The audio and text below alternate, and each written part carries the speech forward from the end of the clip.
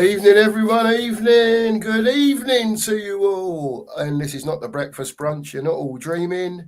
This is the evening show that we've come to present to you because Tottenham might have changed. There you go. We're going to leave. We're going to leave that one there. Let that sink in. I told the sheriff that Mr. Daigle was coming on about 30 seconds before we went live. And I see this little smile on his face because there's a bit of love here between it. Not like that, people, by the way, not like that. Just, friends and all that. And Sheriff here during the intro had his head down here. Didn't know. And I've let Brian in. I looked up. Brian was sat there in the back. I was like, Ace. The main man's here. There you go. Thanks, Brian, for popping on. Really appreciate it, mate, as usual. We appreciate that. Are you normally asleep now? Well, but no, brothers, first of all, thank you for that intro. And I will say, I absolutely love this channel. I love the both of you. You both know that. And thanks for that intro. And to tell you the truth, I've stopped watching a load of YouTube. I just have, just because I'm in a very, very good place. I'm happy in life, happy in health. Even happy with Tottenham Hotspur at the moment. And I just don't want to listen to all the noise. I'm enjoying my house of Zen. I'm enjoying what's going on. And obviously, because I now do the graveyard shift, and I work from 4:30 in the morning your time to 12:30 in the afternoon your time, I've missed the brunch shows. So when you message me here earlier, Cookie, to say, listen, there weren't a chance I was going to miss it. I normally go lay on my bed at 1, pop a sleeping pill at 2. It's all about the science and getting the body clock ready. So around 2 o'clock, I drift away into the land of Bedfordshire. But I'll be here for half hour, 45 minutes, an hour max. But I had an opportunity to be with you and your community, and I weren't going to pass it up. Very nice. Appreciate that, Brian. Thank you very much, Brian. That's very nice. Much appreciated. Beyond 72 says, Brian glowing like he's expecting twins. Mate, that could be because the bald head and the light. it could be that. But like I said, mate, you know what I will say, this is something I've wanted this football club to do. Oh yeah. For so goddamn long. Yeah. And do I think this is the start of something special? Do I think this is the start of this is what it's going to be like? Time will tell. Mm-hmm. But right here, right now, I've stood outside a training ground with 3 people. I've stood out a club shop with 15, 20, up to 100 people. I've flown back from Toronto to attend protests. I've obviously been very, very outspoken on the social media platforms, including here, saying that I want to spend money. I want the big wages. I want quality. And they're doing it. We're going mad about Vinay and Lange. Look, do I still want them? Absolutely. This board, this summer, and I mean this window, have done everything that I stood outside in the freezing cold. I was going to say in the freezing cold, Brian. Freezing cold. 12 hours a day for 17 days outside a training ground was to see Spurs do this. And I've just seen Adam's comment about no wingers or forwards. Totally agree with you. But the way I'm looking at it is we went and sorted the defence out first. We've now moved into midfield and got the midfielders locked down. We have the best part of 2 months to address the strike force. Does that need serious surgery? Absolutely. Do I believe we'll do it? Absolutely. So I think they've done this methodically, and they will now start going. Once they've got Tonali all wrapped up and official, then it's time to move on to the front line. Yeah. Interesting, Brian. Interesting. Yeah. I'm liking the positive vibes, Brian. Like Sheriff says, we've been on here for the best part of 18 months. You lads longer than that. Yeah. You know what I mean? And there's been a lot of moaning and groaning. Yeah. That's just from you. Mate, it's football. We just want better for our football club. Yeah. That's all we all want. And at the end of the day, right, if ENIC have decided this is the way that they're going to go, as long as they don't do an half-hearted job, like we in the past, get so far and then cut it off. Mhm. I'm not bothered if it takes 3 or 4 years, Brian, to get to where they need to get to. 100%. If you know what I mean. 100%. But, you know, surely for everyone, just to see these two come through the door, and maybe it shows a bit of intent or a lot of intent when you work it all out all together, that the money that they're committing to these two players in transfer fees, wages, everything that goes with it, agent fees, whatever it is, right? It's a lot of money that Tottenham have tied up in Tonali and Fernandes. Well, when you look, we smashed our transfer record twice in 2 days. That's unheard of for us. Sure. All the stuff. Brian was stood outside the training ground 17 days in the cold, mind, because it was in January or February. Yep. I remember when you were doing it, Brian. January window. Yeah, in the freezing cold. Let's get this in there. And I've been to protests. Mark's been to protests. All we want is what is right for our team. We all know that we're a big club, but we never acted like it. Correct. If this is the way forward for them, fair play. You got to add to this as well, Chef. We spent more in 24 hours than we normally do in our entire transfer windows. Exactly. Like literally, when we all heard these names and we've heard it all before, blah, blah, and we're all like, yeah, okay, whatever. Yeah, sure. Fair play. They have gone out and done it. And like I said, when you were saying, as you know, as I say in your group, and I'm in and out of your group because of the time I come out of work and there's like 300 messages. I'm like, if you think I'm going to read 300 messages, I press the arrow at the bottom, Brian. As you, mate, that feature is so needed. Yes. Especially now when you can do replies. You start reading it and then someone's replied to something and it takes you back up to the. Anyway, as you know, when all the it's not happening, look at Romano. What did I say? I had 4 words. No Ornstein, no news. I said I'm not going to get dragged in to all these transfer wars and who's got the scoop and who's got this and is it going to happen? Is it? I said, listen, I'm just going to try it. This window, I'm listening to one man. Of course, we'll talk about the rumours. Of course, it's what we do. It's content. Even if we weren't YouTubers, we'd be talking about it with friends, family, colleagues, whatever. Yeah. I was like, I'm not reacting. If Ornstein says it, then I'm going to react. Then I'm going to have something to say. And you know what? Going into this window saying, and this is before what has happened. Thanks, brother. This was before everything happened. I was like, this window, I'm not going to do it. I'm not, like I've just said. And right here, right now, it's the best thing. The best thing I've done. I've just been like, every room out, been like House of Zen. Just not rising to it. And thankfully, I mean, I could have fallen on my ass again like I did with Frank. But thankfully, my House of Zen seems to be working. And I will say all this seems to be happening since I found my job. So maybe the real key to everything was me just staying in work. Even if I hated this job, I'd stay there just because I don't want to be, I'm superstitious. But look, what we've done, I'm so happy with what we're doing. I'm so happy with what we've brought in, majority. And I think the forwards are coming. In fact, Jay, darling, I always see you and see your comments. At the moment, this we are having the heat wave here that you had in. It's like in the mid 30s, but feeling like close to 40s. My office is very well conditioned, so I came in before the England game, dripping, and I do mean dripping. I was like, I need linen, and my beautiful darling wife used the England game to go buy me a few linen shirts and linen trousers. So this, I'm rocking the Miami Vice. If it had unicorns and rainbows, was an luminous purple, I would be wearing it to stay cool right now. So, big up, my beautiful wife, my beautiful, big up, beautiful Alana. wife. There you go. See, Brian's not the only one. His missus looks after him.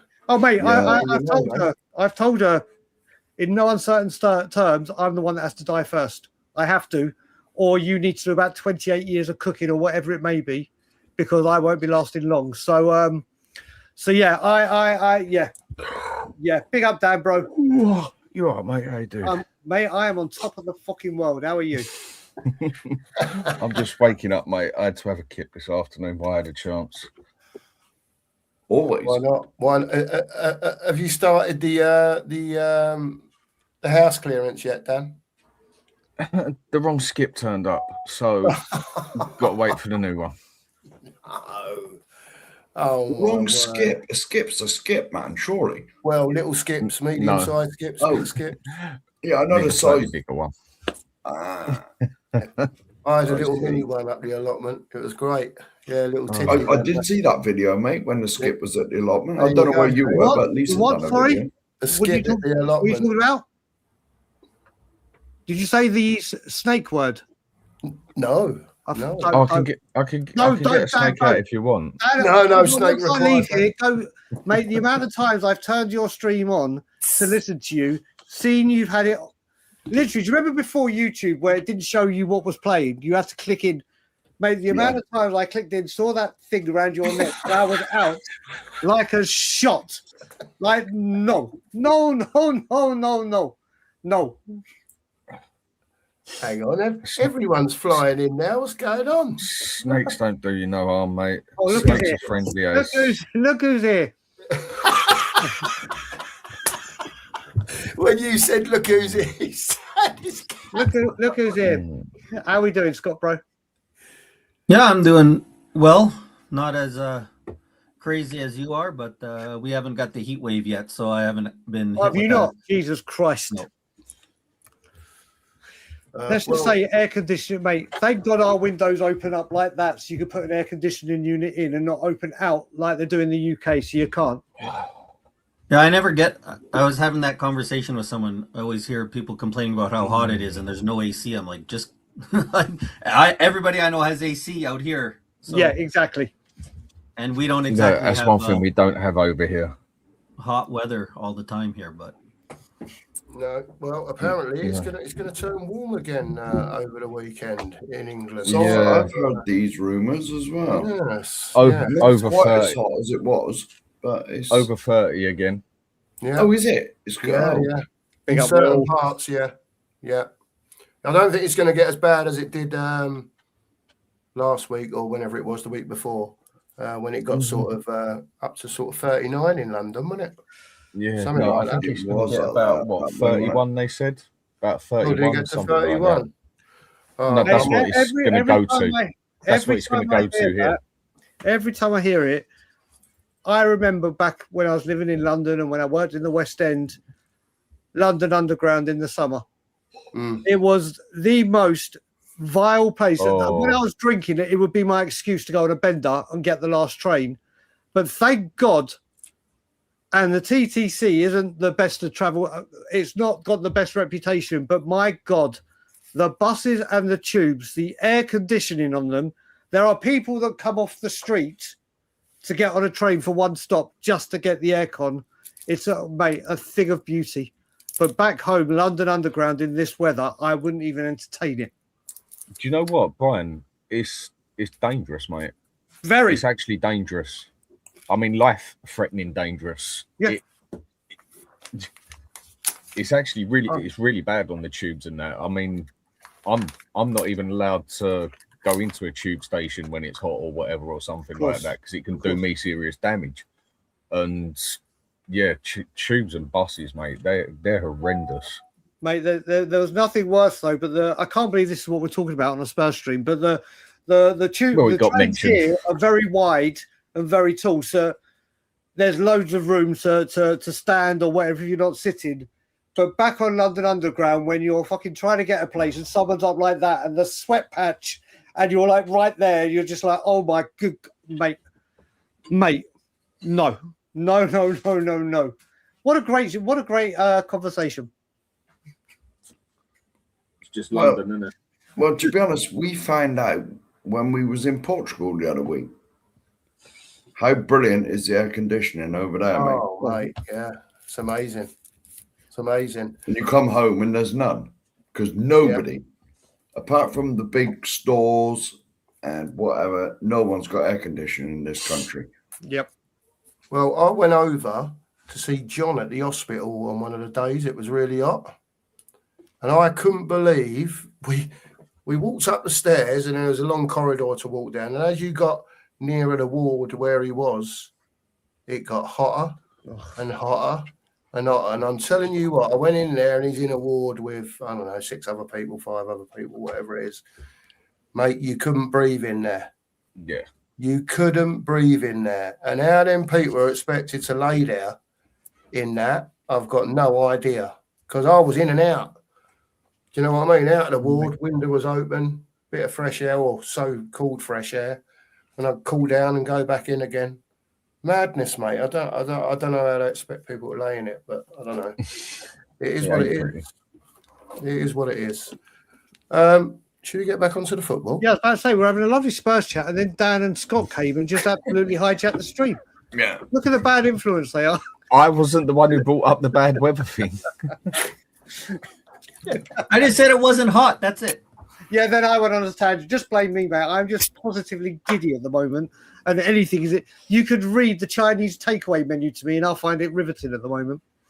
Oh, nothing wrong with the Chinese, mate. Very Mate, good. bag it, mate. The Chinese over here is better than back home, trust me, by a million miles. But that's a different story. Tottenham. I was going to say, are we developing into the food channel again like we was the other night? It was There were spring onions on for the half hour or so, wasn't it? To be fair. there were spring onions on the channel the other morning. Oh, yeah, there were. I love. Mate, wait, what's going on here? Back to. Mark's grown some. The boss has grown some. And he's Not just any spring onion, Brian. It's a cookie spring onion. It was, well, at least a spring onion, but yeah, I'll take half the credit any day of the week, mate. I'll tell you. Yeah, let's get back on the football. I know Dan was on this morning and we were speaking about Tonali, Fernandez, and so on, and where we think it will go from here. Brian, I don't know if you want to start off, and then because I know you've only got a certain amount of time. Obviously, happy with the signings that have come in so far. Yeah. Apart from that, where do you see this going in your mind? Because I know it's difficult to ask you that question with all the, you know, for all of us, all the years of waiting for something like this to happen, if it does happen, because I won't believe it until it does happen. Exactly. So I'm in that camp. I'm sorry. I know I have to. I know I can see the progress and I can see what they're doing and what maybe they're trying to do. But until I see them actually do it, like they said they're going to do it, then, you know, I'll reserve my judgment on it as such. So I'll obviously get excited the more players we sign, by the way. I'm just going to nip in here. We don't care about your air conditioning, Jane, but we're all coming round.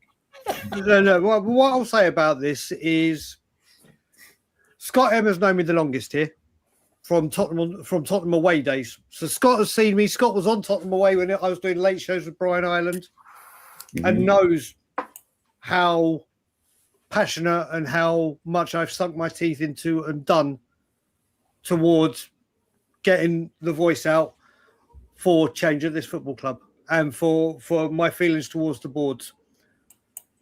Dan, obviously, I have streamed with loads and loads and loads of times, and we've agreed on stuff, we've disagreed on stuff, all respectfully, whatever. But you two guys have obviously, and all the chat have known me. And do you know what? The thing is, we've all wanted this kind of player to be coming to this football club, and this money and the wages and whatever. We've wanted this to happen, and it has to start somewhere. It has to. It doesn't just go bang all of a sudden. Okay, we're the fucking Real Madrid. It has to start somewhere. Is this the start of years and years of Tottenham spending like this? I really don't know.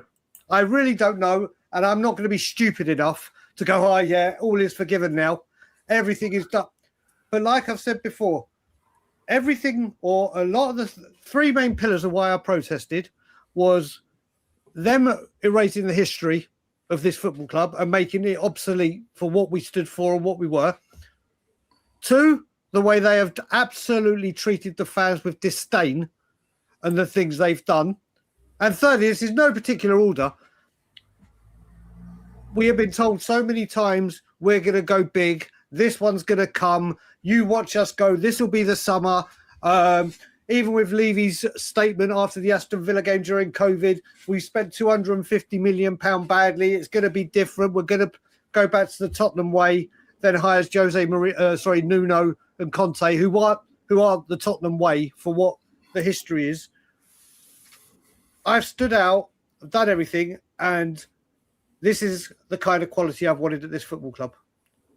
When I hear Tottenham talking about paying £100 million for a player, I didn't think I'd ever see it, ever, with this ownership. I thought not a chance in hell. Then I thought the same with the wages.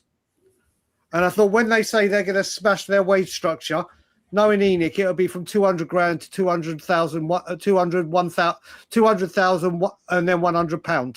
That's the equivalent for me of what they thought. But what they have done this window, if anyone had said to any of us, Spurs are going to get this done by the 1st of July, every single or a majority of Spurs fans would have been, what the hell are you talking about? This ain't going to happen. I think what they have done, obviously we lost Vuskovic, and I even think when Scott M and me spoke, I think what we've done with Vuskovic is absolutely brilliant business. Yeah.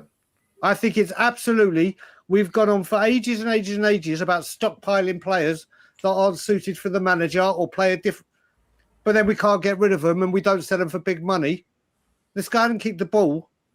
It's so funny how when he was up for loan, all these big clubs wanted him and we'll take him on loan. But the second it was right, you got to pay for him. Not one club, apart from Brighton, to their credit, came in for him. Will he become generational? He could do. Can he come world class? Possibly. Are we going to cash in on 50 million to go back for players that the manager actually wants? What's the downside to it? If he goes to a bigger club, there's a percentage of the buyback, or we'll get him cheap. So right now, I think what we've done is exceptional. Do I want it to continue? Do I think look, if we don't get a striker, a predator, a absolute 20-goal plus season striker, then everything we've done is going to be in vain, because it's no good having all these players to get it up there to score goals and not having someone to put it in the net. But everything we have done this window, they've exceeded my expectations. And whatever people are putting in the tea or what they're doing, keep doing it. Keep doing it. I can't sit here, and Dan knows me well enough, like when we spoke about I want to be in the Europa. Remember, Dan, when I said the Europa League will work out better for us than the Champions League? Mm-hmm. Because obviously I can't sit here and be honest to myself and true to myself and go, do you know what? I've protested because I want quality and I want the wage bill done. And then we get the quality and the wage bill done, and then I moan about it. So for me, I'm ecstatic. I think there's a lot more to come this window, and we shall see where it goes. But do I believe this is real change? It's going to take more than one window. Mm-hmm. Oh, it's definitely going to take more than one window to fix our problems. And anyone expecting us to all be done this summer, no, it's not happening. As long as what they've done so far, and you've got to doff your cap, give them flowers, whatever, for what they've done so far, like, you've got to take your hat off to them. Is this what we've been crying and screaming and moaning about for the last God knows how many years? Yes. No. Oh, all right, Scott. I just want to say, Scott, let me just say one more sentence and I'm going to let you go. There was a comment here which I totally and utterly agree with everything I've said, and it was at 5:13 your time from Stephen Mounder. Yeah, I'll find it. I'm looking. 5:13 your time. This is absolutely spot on. Spurs, once again, we always do it from a strength. We always do this from a strength, from a place of weakness. So to cover up fuck ups. We have been up there so many times and said, go on, push. And we haven't. And we've then declined. This is absolutely spot on. Like Stel said on We Are Tottenham TV yesterday, should Spurs make Europe this season, whether it be Europa, Champions League, whatever it may be, do this again. Do this. Not you've got back into the Champions League, let's say, the money's coming back in, so we don't need to try and get money to get back in there. If Spurs get European football or get to finals of cups and just miss the Champions League, don't say, okay, look what we done, crack on with one more year. You double down. You double down from a place of strength and really go for it. That's all I wanted to say. Sorry, Scott, I didn't mean to you're about to talk, brother. No. I'll just, it's not, look, I'm very happy. I know it's going to get spun as negative, whatever I say. So I'm not going to spend too much time there. The only thing I'll disagree with you a little bit, Mark, on what you said. I'll say this. Everybody protests for different reasons. Brian said he protested for his reasons. I didn't get to stand outside the stadium. I haven't been over to London, so I don't have that kind of credibility. But I've been. Oh, you're a plastic. You're a plastic. I've been. You know, when my biggest thing that I've always been asking for, and why I think it's slightly different from what you were saying is, and maybe Brian might agree, but slightly different to what he said. I haven't been saying I want us to spend big money, smash a wage bill. I've always said my biggest problem with ENIC since they've come in is there's never been a football plan. And where my concern is, where I think Tonali's awesome signing, Van Hecke, awesome signing, Senesi, quality signing, Fernandez, great. I love it. I love those signings. My concern is that I see nothing this summer that is going to be, that shows that there's a football plan. There's nothing to me right now where I say this is going to be sustained. And there's lots of signs for me that show that it isn't. Number one, Johan Lang being here. We cannot continue to go forward with Johan Lang as our DOF. If that's our DOF, we're not progressing as a football club. And the fact that they said, well, we couldn't find one who would be better, to me that's baloney. That's such a cop-out thing. So that's my number one concern. That's a concern, is we don't have somebody in here as a football person running the show that can make sure that when we're done spending 90 million for Tonali, 85 million for Fernandez, because we're not doing that every summer, that we have somebody that has a plan of what we're going to be doing going forward. Again, seeing that we signed somebody like Robertson, who was going to be here in January, but we couldn't get him, but we still go for him now, who doesn't help the team, who doesn't improve us.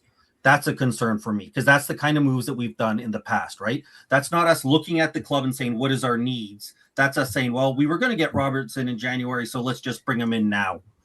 Again, signing Ben Davies. Is it the biggest deal in the world? No, but it's more of the same from the old stuff. That isn't a change. Please bring him on. Please, for the nonsense he'll talk.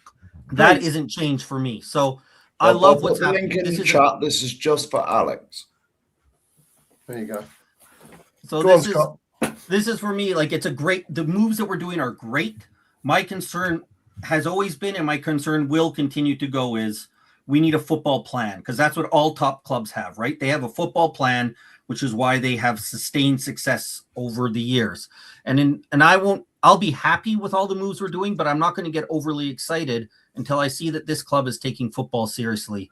And we've seen it before, not to this level, but I've been happy when they signed Romero. I was happy when they signed Kudos last year. I was happy when they signed Polina. But we've seen just one summer of buying individual players with no plan. That's not what we want, and that's not what we need. So great for everything that's going on. It's great to see, but I hope that we at some point see that there's an actual plan that means that this isn't just a one-off summer, that this is the new way that we are acting in a smart way. See, this is the thing, and I said this to Scott the other day when we were exchanging messages. Scott is a very, very, sorry, Scott, I'm going to blow smoke up your ass for a bit, bro. Scott is a very dear friend and a very, very passionate Spurs fan. But what you got to remember, yes, he can come across in the chat as abrupt or however you want to see it. But when you go on YouTube and you're in the chat, you all know it's like Twitter. You've only got a limited amount of characters, and you've got to get your stuff heard whilst it's relevant, because if you start doing it, there's loads of people in the chat, it all gets lost. But when you hear Scott speak, whether it be over the phone, messaging, or when he speaks, I get what he's saying. I understand. I can literally, it comes across a lot clearer and a lot more easier to digest than when it's in the chat, because he's not stricken to, 160 characters or whatever. So the bit that Scott said about the end, about the plan, and it needs to be seen going forward in this way, I totally agree. totally and utterly agree. And it's just, we all see it differently. We all have our reasons and things that we think. And I agree with a lot of Scott. Scott and I have agreed with a lot of things we've disagreed with a lot. Hopefully this summer we can go back to disagreeing over the results, because that was when it was fun. But now we've got this guy on who I see is taking it nice and easy on YouTube whilst I'm not really doing anything. He's come on. Look, I will say before he talks nonsense, look at that. That is the greatest smile on YouTube. That is, and he knows I say it. That is the greatest smile on YouTube, and I love seeing him, and I love this man. And whatever waffle he talks and whatever we're going to say to each other, I love him. But don't pay any attention to him because he's not. He's talking waffle. Good evening, Mr. Box Office. Look at that smile. It Hello, melts your heart. Oh, Listen, I'm not going to say too much because I want Brian to have his time. You know what I mean? And like, Scott needs to have his time as well. But I'm with Scott here. A word. That ain't a fucking word. Oh yeah. No, I didn't want to say too much. I'm just saying I'm with Scott. I'm with Scott because this is what I was trying to say to Rain yesterday. And then when I said what I said, it just got completely misrepresented, and then it just gone chaos. And then I'm told that I ruined the show. So it was like, well, that's not the case at all. That's the thing. So, but yeah, I do not want to take time of Dan because Danny's my boy. So I'll let Danny say what he needs to say because I've just taken up the cue. Sorry about that. Go for gold, mate.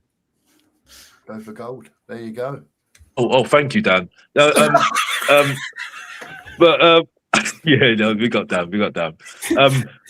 But yeah, no, I'm just saying for me that like I'm happy with what we've done. I'm like absolutely shocked about the was it Tonali deal, right?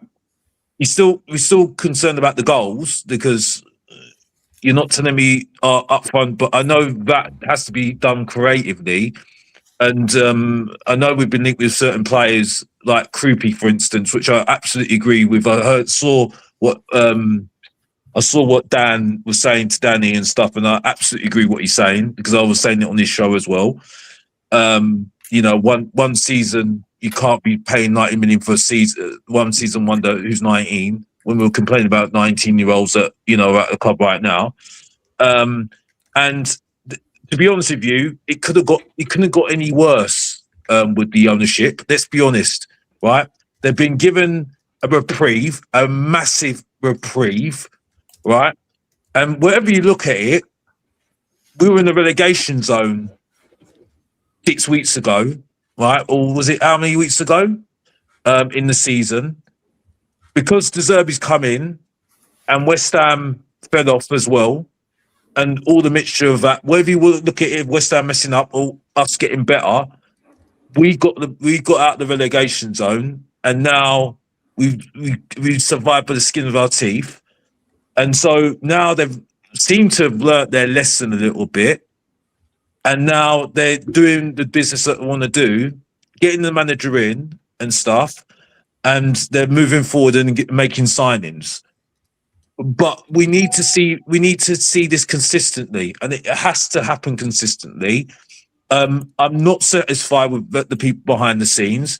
I'm not satisfied that De Zerbi's going to be it's going to be all happy ever after with him over the next couple of years because you know if you've seen his career over time, he hasn't stayed at clubs for a long time either. I'm not satisfied that there's a proper football player, person that is going to control the football, side of things, that is going to move us forward in years to come as well. So those questions still need to be asked, and I'm absolutely 100%. Well, I know me and Scott think the same sort of way anyway. I'm with Scott on this, so that's where I'm at the moment. I'm not a guy that just takes crumbs or half a chocolate pie, a chocolate cake. I'm just not that guy. I'm not that guy. Maybe maybe cherry pie because people can eat chocolate cake as something else anyway. So cherry pie. You get what I'm saying? You know, I'm just not that guy. I know you, Brian, and I know people like Ben and Sim. I love them to bits. I absolutely love them to bits, even though they haven't invited me on their show, which I've told them. Right. I know that Ben and Sim and you lot, we are Tottenham TV. Love it, half a chocolate pie. Was it cherry pie? I know it. Yeah, but me, I need a full course. Yeah, I need the trimmings. I need everything before I can start getting on board. That's me. Right, Alex, what you've done is, first of all, I know you've been with Danny Hotspur Hood, because when you're using references like cherry and chocolate pie out of nowhere, the man over on the right is the king of the references and the analogies. You said you wanted to come on and critique what I've said. You have basically said everything I have just said, but in different words. You've said you're happy with the signings. You said you. Well, only some of them. So you said you're happy with the signings. Yeah. You're happy that we're going big. Do you? That we don't know if this is a one-time thing. This needs to be proven. That we've done it from a place of weakness, not a place of strength, like we should do. So you came on saying you wanted to critique me and go at me, but basically you've just eaten a thesaurus and just said exactly what I said, but in your style. I love you. I fucking love you, brother. I love you. I do love you. Yeah. So, but yeah, I'm taking up too much time. Back to you, Mark. Sorry, mate. You're all right, Alex. You're all right. No, mate. you're all right, mate. Yeah, it's listen, every opinion is valid, mate, at the end of the day on the show. You know, whether people want to apart from opinions on chocolate cake is definite no. We will have none of that on there. Can't have any of that. Or any pie or anything like that. Sugar, anything with sugar. No, anything with sugar is banned from this channel. Yeah. He did let me buy some on holiday though. Just a little bag to get through the week. How much of it did I have? You know, how much of it did I have? None of it. You took your sugar intake in that, that whatever lager it was you was drinking, and said at the end of the week, what was your words? Hang on a minute. I don't give a fuck. I can't find what I want, so I'm going to drink what I can get my hands on. Words to that effect. I can't believe I said that. I know I said it. Don't worry, everyone. We looked after him. We made sure his sugar levels didn't go that way. He was all right. I've got to get back on the football again now. Drink. Dan, help me out here a bit, will you, Dan? Can you jump in a bit for us? And you've got to beat cherry pie. You've got to beat cherry pie and chocolate pie in your analogies now. So I have full faith in you. With what? Oh, were you absolutely? Did you not hear a word Alex said? No. Oh, so Alex was going on about what he wanted to say about the club, and he went on to analogies and started saying using analogies with cherry and chocolate pies. I was like, you have been on the Hotspur Hood a few times, because when you're bringing out analogies like this, there's only one man that does it. So over to you. Dan was miles away. Yeah. Dan, you're right. Dan, you're right. At least it wasn't Brussels sprouts. Yeah, the club, what's happening at the moment is a big change. And it's not going to be until next summer that we basically see if they mean business or not. Are they just doing this to get us into a stable situation, or are they doing this to make us progress and then take us further and then take us further? And that's just going to take time. We're just going to have to wait before we can see that, basically. At the moment, so far, so good. There's a lot of other stuff that needs to be done as well. And we're just going to have to take it from there, basically. And with that, Dan, are you all right? Dan, you're right. Dan? No, I think he's Yeah, on the phone all with right. his missus. Beth, it's okay. You okay, Beth? Yeah, I think he's got. Yeah. Okay. Yeah. All right. Yeah, that's You right. can just take him out, right, Mark? Oh, yeah, Yeah, you got it. yeah. There Yeah. you go. There you go. If I see him come in the back again, I'll let him in. Yeah, fair enough. Yeah. Yeah. Yeah, but I think what I was trying to say at the moment is right. Big up Dan, by the way. Yeah, big up Dan. Yeah. So what I'm saying is at the moment is that I completely concur what you said earlier today because I just think Spurs fans, like I said, we've been starved. We've been starved so much so, yeah, that it's like if you think about it, yeah, I'm thinking about another analogy. Ian Bill, right? Ian Bill is the most geekiest guy I've ever seen in my whole life. He couldn't get a lady even if he tried. You get what I'm saying? Yeah, right. But if he, because he's so desperate, he'll go and get anything. He'll get anything to make himself feel so good about himself. Yeah, anything to make him feel good. He'll make him feel good. So if he can get over somebody else, like get the better of somebody else, that he'll do that. You get what I'm saying? That is Spurs. That is Spurs. Right? If you get something, little thing positive, that is Spurs. Right? And that's been Spurs for years. Right? Now, this is massive positive. But the problem is with this, and I hear from rivals is saying, at least Spurs are happy. At least they made them happy. It's like a dog. You just need to pat them. You know what I mean? You keep them patting them down, saying, "Yeah, are you happy now? Are you happy now?" Yeah, and they've got their tongue and they're like, yeah, everybody happy. Yeah, exactly. You know what I mean? That is Spurs. That is literally Spurs. But really, like I said, right? There's only so many times you can do it all the time. You know what I mean? And like I said, we need to see this consistently. Yeah, because you're not going to keep that dog happy if you're not consistent. You're not going to keep that dog controlled if you're not consistent. Everybody who's got a dog, and I haven't got a dog because I'm not that guy. Yeah, right. But everybody's got a dog knows that. You get what I'm saying? Yeah. But Spurs fans don't understand it. All they'll do is they'll call, because he's my boy, Dan negative, which he's not negative. They'll call Scott negative when he's not negative, and they'll certainly not call me. They'll call me negative because I say that I'm ruining shows. Yeah, because I've got a strong voice and I'm just rattling them because I don't like the truth. And that's what we do every year. Every year. You know what I mean? And I just think it's making it too easy. And you know why they're making us look like mugs? Because what are they doing right now? Every single thing that's gone right with the club, Alistair goes tweeting saying, "Oh, Charrington's done this. He got in bloody Derby. You should give him some credit now. Oh, Benoit did this. Oh, you should give him some credit now. See, all this action we did in last year. Oh, yeah, look, these people got these people in. So you should be looking at them and saying, yeah, you should be appreciating them right now." And I'm like, I know what you're doing. You can see where we're coming. You can see us coming a mile off now. You can see exactly what they're trying to do. Yeah? And then who's been talking to Simon Jordan while this is happening? Our ex-chairman, Daniel Levy. Because every single time something comes up on TalkSport, you know who's on the blower, who's texting Simon Jordan every single bloody day? Oh, yeah, Daniel Levy.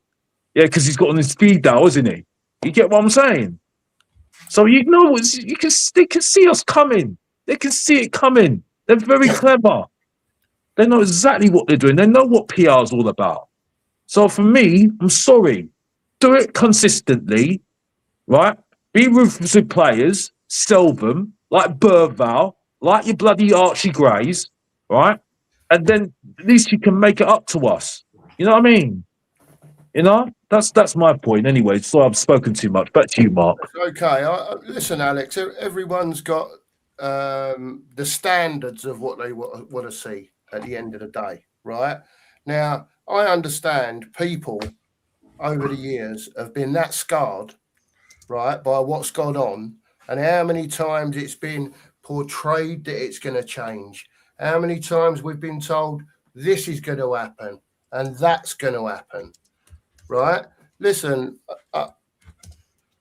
as though I might not come across like it, right? I am really pleased Tottenham have done what they've done with who they've brought in during this window for experience, for record-breaking signings, for whatever, right? But as you have said, Alex, it must continue. There's no point getting to, let's say, having a very good first 11 again. Yeah. And then there's nothing in the background to back it up. Yeah. Like I said to Mark earlier, we was at a stage where we had this level team, but the drop-off was there, right? Yeah. With your players coming on. It was noticeable to everyone, right? Hopefully, they'll get to a stage where they're even higher because they've got a better first 11, but the drop-off might only be there. Do you know what I mean? I don't want to mention him, mate. I don't want to mention him, but you got to look at what Brian calls the filth. Of course. When they have players going in and out their team, the drop-off is unnoticeable. Unnoticeable. Or it's very minor. Now, what Tottenham have done so far in the window, to me, is surprising, shocking. Right? It's things that I'd never see us do. Transfer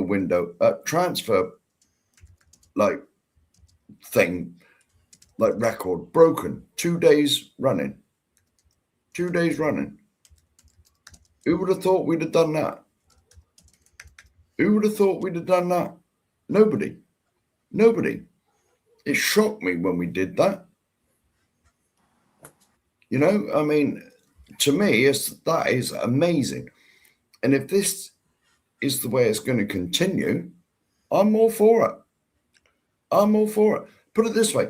If they'd have acted like this 20 years ago, when they first bought the club, or 25, 26 years ago, Levy out would have been dead in the...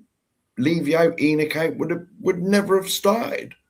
Well, it's just not even that, Scott. I mean, Scott, Mark, there's things. Why didn't Conte get this money? Exactly. Spurs could have done it. Spurs could have done it, but we had to win the negotiations. We spent £200 million in 24 hours. Conte got £150 million and only got to use 100 of it and bought 7 players with it. Pretty much every single one of them an absolute disaster. In that window with the war chest. We go ahead and we look at it, and for whatever reason they are doing it. What I do love as well is we get told normally we have to sell to buy. We have to sell to buy. Spurs have brought these players in. Obviously, Bissouma left, and people forget. They were so busy to feast on a certain left winger, which we're not going to sign that new contract, and saying, "Oh my God, he's a whipping boy, he's a this, he's a that." Spurs had the option to extend Bissouma's contract for an extra year, which they always fucking trigger, so they can hope they can get a bit of money back in the summer or January window. And De Zerbi sat there and said, "No, I don't want him near. Don't extend that contract. Don't take that option up. Goodbye, get him out." Spurs have then gone on to buy what they've bought with releasing Bissouma, getting a whopping great big fee, and I'm still getting over the heartbreak of the loss of Alejo Valise. I mean, what is that? And we didn't even sell Vuskovic to a couple of days ago when we were heavily investing. That money will come back in, and it's a good chunk of change. And I will say, we're going on about Lange. Scott mentioned that. The one thing I will say about Lange, I agree with him that I don't want him as director of football, but right now, don't rock the boat. But you look at this now, people like Vuskovic and Bergvall were brought in by him. Yes, they haven't cut the mustard for us, and yes, his rate of quality players coming in has been atrocious. But there is best part of 50 coming in for Vuskovic. He hasn't kicked a football. If Bergvall goes, we're talking more than 50 million. That's 100 million for 2 young players. So I want Lange gone. I want Dougie Freedman. Or the way that was before we were going the way we were going. So I've got a lot of time for Dougie as a Barnet fan as well. He's a legend at that football club. But Landers now, if we sell these two, his identification of young players, obviously he's brought in ones like Tell, Gray, who splits opinions. I do think he's the one youngster that can go on to fulfill his potential. Whether he does is another thing. But those he identified those players. We brought them in, obviously cheap, blah blah blah. But like what my point was, we're literally buying these players, and we've been told years before we can't bring in. Look at the Gedson Fernandez, Bruno Fernandez. We wouldn't pull the trigger till we got the money from Ericsson to then do it, and Bruno Fernandez have gone. We've done it so many times that we go on and do this. The Spurs are actually making sure their house is in order before they start getting rid of the players. Now, whether that continues and needs to happen with the front line, so be it. I mean, whoever wants to take any of our front line, they've got to be stupid, in all honesty, because they can't score goals, they can't create goals. But we will address that situation, but we still haven't. It's not sell to buy. Well, we've got to get him off the books and him off the wages. They're going for it this window, and it's like, don't get me wrong, this window's been what, June the 15th or whatever it opened, but we've been doing a bit of business before. We're sitting here on July the 3rd.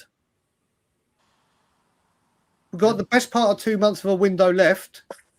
Spurs have attacked this market aggressively, and I'm at the moment, I'm just, whatever we're doing, keep doing it, keep doing it, keep doing it, keep doing it. Yeah. Well, we need a lot of more done. Like, they haven't done a good job of moving players out, right? And we go back to you only have to go back to January when these same people, these same amazing people that we have running did not do what needed to be done. Last summer, we did a terrible job under this amazing ENIC 2.0, and they didn't do a good job of moving players out at all either, right? So I think we don't have to go that far back to see how poorly we've been run, because these same people did a terrible job in January, did a terrible job in last summer when they were in charge. So we'll see what happens. But I do think we need to now, moving guys out will be a big sign if things are starting to change too, right? We heard Bergvall was going to move, but now we hear he's going to stay, and keeping Bergvall would be the exact kind of thing that we've done in the past, which would frustrate me. He doesn't have a spot on the team. We don't have enough games for him to play. Never mind the fact he's not good enough and should be nowhere near here. Same with Gray, not good enough, nowhere near to be here. But even if you want to pretend that they're good enough. Not ready, Scott. What's that? Not ready. Not good enough. They're not ever going to be good enough. They don't have the skills to do it, yeah. But even if they are, even if you think that they are good enough, we don't have games. Where are they going to play? We have Tonali, we have Fernandez. They're playing 35 games in the Premier League a year, right? We have Gallagher, we have Bentancur. Where's the spot for Bergvall and Gray? These guys need to be out. And if you do think they're good, they almost need to go out even more, because you need them out on loan at least, developing their skills. So I want them sold because they're not good players. They don't have, I don't think they're going to develop into anything ever to be good enough to be a Spurs player where we would want to be. But that's what we have to start seeing now. Because in the past, and I know it's only talk, but we're going to keep Bergvall. Now we want to keep him. That's concerning talk. That's old Spurs. Let's keep him. Because when the top teams, somebody mentioned, I think it was you, Sheriff, who said you don't want to mention Arsenal. But when Arteta came in, they swept everybody out. Yeah. And now look what happened. When Klopp came in, he swept everybody out, because you don't need to keep players at the club that aren't part of the plan going forward and don't help you. And as much as people love Gray, love Bergvall, love Tell, love Odobert, want to imagine that Udogie can magically turn amazing, something's going to change. And if I hear again, De Zerbi's going to get something out of these players, I hope we get rid of that. Big clubs don't say you're going to get something out of these players. Big clubs bring in players that don't need a manager to get something out of them because they're good enough to get it out. That's the level of player they are. We need to move these guys out. And that's what I'm excited to see. Like you said, it's July 3rd. We have another month, because I think we want most of our stuff done before August so that we can actually have a proper preseason few games. I think in this next month, let's see this club swept Just guys gone, gone, gone, gone, gone. Yeah. I mean, you've only got to look back in history, Scott. What normally happens with Tottenham, transfer window opens. We have rumour after rumour after rumour after rumour. He's coming in. He's coming. He's coming in. And then it will go on right till the end or 1 week before the window closes. And we might get a few sort of near signings in. And then the one we've really been after doesn't turn up. And then we're in the panic stations and we get the scraps off the carcass that the vultures haven't picked off already. And we just make a few desperate signings and think, oh, well, that's good enough, when clearly they're not. This year, we've attacked it differently. We've gone out, Fernandez, Tonali, we want you to come on in. Come on in. Yeah. Oh, we Actually, sorry, I'm just to say one more thing. Then I've literally got to go to bed and get my sleep before I start my shift. 11:30 my time in the evening. So, with what Scott said, I mean, I still think Bergvall might go. They said he's not for sale, but if a bigger offer comes in, like a 60, 65, they're not going to say no. They're not going to say no. But when you mentioned Grant, I would sell.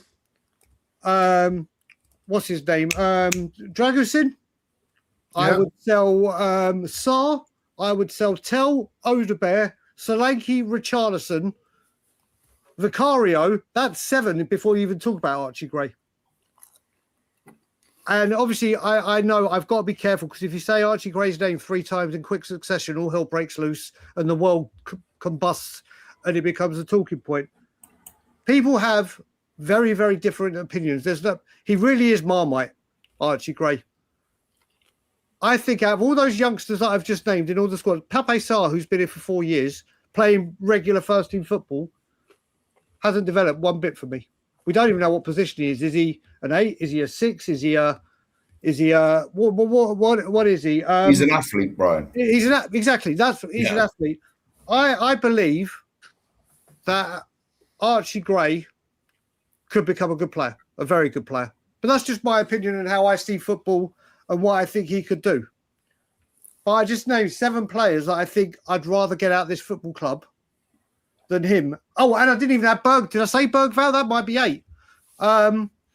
So you got to look at it. And when we say about getting these people out, this isn't off you pop, go over to this team. The team, there's got to be interest in them. Yes, it's the director of football's job to get interest, but it's not. When you go to buy, it's a lot easier to buy a player than sell a player, especially when we're talking about the quality of the players we mentioned, because the big teams don't want them. You look, even Kulusevski. Even if Kulusevski isn't in his plans, who's going to want to take the risk on him with the massive injury he's just had? The injuries he's had when he's been playing for us every season because we overplay him. There are so many players to get off the books first over Archie, in my opinion. Now, I know Scott, very psycho teacher, Alex, and others can be very passionate. Get him out the door. But when we look at that list of players to go out, I don't think Archie Gray should be anywhere near the top. I do agree with Scott about the loan. I thought when there was rumours about the Archie Gray to Newcastle, I thought if you can do a sweetener that he goes on loan to Newcastle for the year as part of the sweetener for Tonali, if needed, that could be the best thing for Archie. But he stayed. Does he get regular first-team football with De Zerbi? We don't know, but I would clear the decks of the rest of the players I mentioned beforehand. But on that note, I'm going to go have some cereal because it's my dinner time. Breakfast for dinner's the champion. I love all you guys on the screen. Big up, Andy. Sorry I didn't get to speak to you. No worries, mate. I love the greatest smile on YouTube. Let me see. There it is. There it is. Scott M will speak soon, brother. And the 2 Marks, much love to you and everyone in the chat. Have a wonderful weekend. Come on, England. Come on, Canada. Come on, Canada. Beat Morocco. And come on, you Spurs. Big up, you absolute legend. There you go. Mr. Daigle in the house before it was kip time, people. What can we say about that? Well, he's not got to work, mate. I know, that's what I'm saying. He's getting his nut down for a bit before he goes to work, I think. But there you go. So, big up Anthony, by the way. Pick up, you right, guys? How'd Yeah. you get on it? Did you get it? Probably click the link. What's that? Well, it was only meant for Alex. Mark, Big, right? I'm just saying. come on, man. Right. Tonali Fernandez. Right. So I take it we're all agreed on left wing and striker. Yeah. Yeah. Yeah. And what else, Alex, do you and Anthony, do you want to see, if anything, on top of that? Or do you think if we get those two things, then we're sort of, at least set for the season as such? I want another number 10 because I like Maddison. I really want to keep Maddison, but I'm unsure about with his injuries and stuff. So if we get another number 10 in, I don't know who that number 10 will be, but if we get a decent number 10 in, plus a left-sided player and a striker, I think that'll be a good window. That'll top it off. I think that would be more than anyone thought would be coming in. Put it that way. I've heard that De Zerbi wants 3 more. Let's hope he gets them. We've got the money. We've got the money, Anthony. Apparently, we've got the money. 250 million to spend still, isn't it? Without sales. Yeah.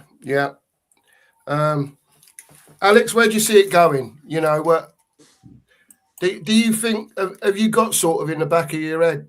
Perhaps they are going to do it this time. Or I know you don't want to comment, and as far as to go as to say, "Oh, it's all changed." I get that, 100%. But is there anything in the back of your mind that says to you, "Do you know what? This could be real this time"?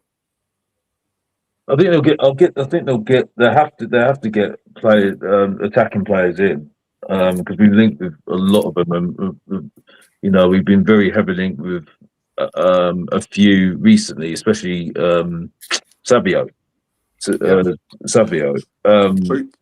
My issue is at the moment, do we know how? Well, I think we do know how De Zerbi plays because he obviously we've not got him in the first place. But I think that should determine what sort of strategy we're going at. So for me, yes, you can get a striker. I think we're going to struggle to get somebody that's a goal scorer. You're never going to get the Harry Kanes anymore. So rather than taking a risk, I think you need a striker that can at least hold up the ball and play players into play like a Firmino,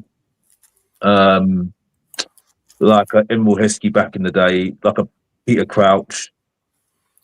And then I think you should focus on the wings, where you could either get an inside forward, 2 inside forwards, or 1 inside forward, a dribbler, and then you got to focus on them to score the goals. I think you need to try and get the goals from midfield, and so then you might have to get a number, somebody like a number 10 somewhere that maybe can play on the wing sometimes as well, that can score goals but also create as well. So I think you're going to have to be very creative in this at the moment, because what I understand right now, I'm not having Richarlison. You know my feelings on him, that below average Emil Heskey. And Solanke, I think is pretty damn useless for me. Right? If you can't hold up the ball, what are you doing here? I think you must keep Solanke though, don't he? De Zerbi. Well, that's on De Zerbi then. Like the Davis decision. Because I don't really get the whole thing. So if he wants to keep him, that's fine, but that's on him. Do we think I'd rather keep Solanke than Richarlison, that De Zerbi only wants to keep him? But if I had a choice, I think I'd rather keep Solanke over Richarlison. I'll get rid of them. They're both god awful. Do we only want to keep him though because De Zerbi knows that's about the best he's got? I know because my mute got he thinks that's about the best. Hang on a minute, I'm talking. There's not feedback coming from me. I'm talking. Do you mind?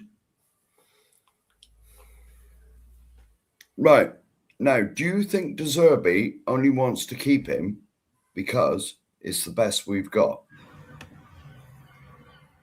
It's the best we've got. Well, if that is the case, I am that's where I've got to have my question marks because for No, me, no, we've got no one else. yeah, but Mark, if I can't have a striker that can at least hold up the ball, and even a bloody Danny Welbeck can do that. No, but you know what I'm saying, Alex? He's the best we've got at the moment. I know, That is but why De Zerbi has said he's in my plans because we've got nobody else. well, if that's the case, then that's on him. Then, if that's the case, because Well, we it's need not De goals. Zerbi's We need fault that we goals in haven't this bought team. anybody that's any better. Yeah, but for me, right at the moment, we've got two strikers that can't even hold up the ball. Yeah, exactly, Alex. This is what I'm trying to say to you. And I'm sorry, but if you can't find a striker that can hold up the ball, we've got Danny Welbeck that can hold up the ball. You've got Bombi from Thing that can hold up the ball. We haven't That bought any of should these be a yet. We standard. haven't. Richie and Solanke is all we've got at the moment. This is what I'm saying. This is Well, what I'm trying to say to you. I know, but you can at least get somebody that can hold up the ball, though, Mark. If we can't get somebody in 2026 that can hold up the ball, that can bring players into play, I know the goal scorer is difficult. I get it, right? It's the striker's not there at the moment in the market. I get it, but at least we can get players that can hold up the ball, that can get players, keep players into play. That's the basic of a striker. But Alex, you're not listening to what I'm saying. Richie and Solanke are all we've got at the moment. We're not on about buying anybody, but this is why De Zerbi has come out and said, "You're in my plans," because we've got nothing else. Okay, but well, that's fine. I think it's a bad reason, but I think you're right, Mark. You're right. I think Exactly. we shouldn't keep at the same time, though, right. Mark. Then, okay, when we're struggling to score goals next season, right, and he decides to keep those strikers when he knows he's got the power, because if we haven't got the power, we're not making all those signings. We're not making all those signings. He's literally told them, said, "I want Talali, get him now. We've got him in." So for me, right, yes, I know he's up. There are only options. But if we go into next season and we're struggling to score goals, right, and we're struggling to keep, to play that the way he wants to play, because we've got these two strikers that are not doing what he wants to do, that's on him. No, but Alex, you haven't understood a word I've said. He said Solanke is in my plans because that's all we've got. Well, We haven't signed anybody yet. Well, that's fine. That's why I think we're getting confused, though, Mark. I think we're getting confused. That's fine. That's fine. If that is the case, but well, there you go. That's my theory. But my point is, right? If he's accepting this, then if we're not able to score goals, if they're the ones that are causing the problems that we can't do the football he wants to do, he made that decision of keeping them and not saying, you know what, I can get somebody that can at least help me to play the football I want to play. He might the striker may not score goals like a Danny Welbeck, but at least they can hold up the ball and then bring players into play. That's my point. I agree with you, Alex. But you look what the signings we've made. We started with the defence. Now we've got the midfield. I'm not saying completely sorted, but now maybe it's time that we do the forward line. Because that's what it seems like we've done. We've gone defence, midfield, and now hopefully they're going to concentrate. The rumours have come out already about that guy from Bournemouth, Krupi, and there's been a couple of Yildiz. What's his name? Yeah, Yildiz. Yildiz. Yeah. Yeah, the rumours are coming out now about strikers. So I'm just saying the only reason that De Zerbi said, Solanke, you are in my plans. If he said that, nobody knows. But if he said that, is because he's about the best. Well, believe you me, the two we've got are both shite. let's get that now. In 3 or 4 years, we've gone from Kane and Son to the pile of poo we got up there now, and we both know neither of them are good enough, right? And so he's only said that because Solanke, plus we paid 65 million for him, what, last year or the year before? 2 years ago, yeah. Yeah, 2 years ago. So he's probably not going anywhere. And so, you know, he's got to deal with what he's got at the moment. 100%. You're probably, exactly right, Sheriff. I know I am. I'm always right anyway. If I'm not right, I am The right. minute he can move on Solanke will be gone. He doesn't rate Solanke. He doesn't Exactly. want Solanke. He's only here because we can't buy. Well, we could, but we won't buy 15 new players that we need. Yeah, I get it, Scott, but I'm at that point now where I this is where I should have done my buy, sell, and loan on my channel, because I think people have not forgot what I said before. I'm not going to be realistic with this squad anymore, because I'm going to tell you how I feel about this squad, and whether it's going to be what they're going to do, that's up to them. But I've made my choice to what I'm saying about this squad at the moment. We agree with you, Alex. We agree with you. Solanke at the moment for me isn't good enough. He's had one good season. He can't hold up the ball. For me, get rid, right? For me, if we can't get rid of him, right? If we're struggling to score goals next season because he's one of our strikers, right? Because he can't hold up the ball, well, I'm sorry. That is the decision of the manager saying, sorry, I can't have him up front because he's ruining my style of play or my passage of play because he's not doing what I need him to do. You get what I'm saying? So I understand he's our only striker. I agree with you, but that's not what Mark was talking about. I know. But I'm just saying it the way that I'm saying. I'm just countering what he's saying.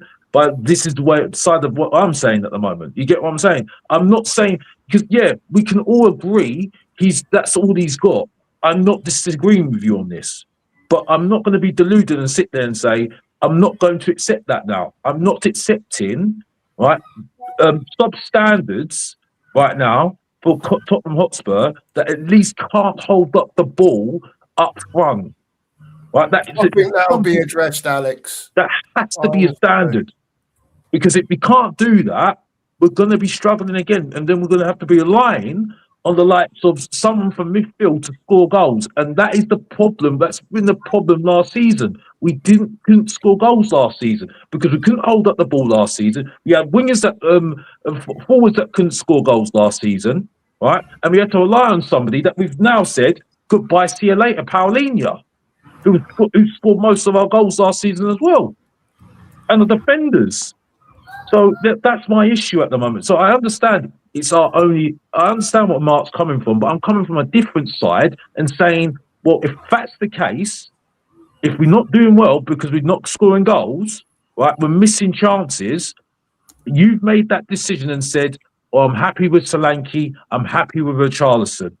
Well, I'm sorry, you can at least get somebody that can hold up the ball. That is my point.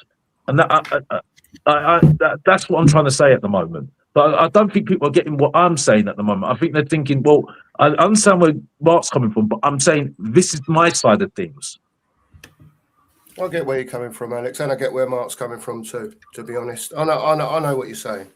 Look, at the end of the day, I don't think we're going to go through this transfer window without buying a forward.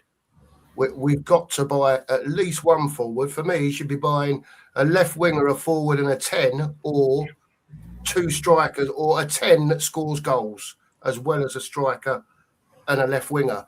And that's still another 3. If you want any quality, you're going to be going out spending another, what, 200 and between 2 and 250 on those 3 players, probably. You know, then we're talking about we've spent 450 million then. So it has to stop somewhere along the line, doesn't it, in this transfer window? And let's just hope that De Zerbi has identified that Richarlison and Solanke ain't good enough and they get 1 or 2 in that can score goals, Alex. I don't know what else to say about it, mate. I sort of agree with Mark. What he says is we started at the back. It's quite obvious.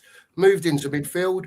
We need at least one winger, right? At least one winger. We need two, really, right? But you know, you can only if you're going to spend the money on the type of players that we've been spending it on in the last two transfers we've done. We're going to do another 200 million, mate. Another 250 on 3 players, and we've done 450. Then put the wages into that as well. That's a massive commitment.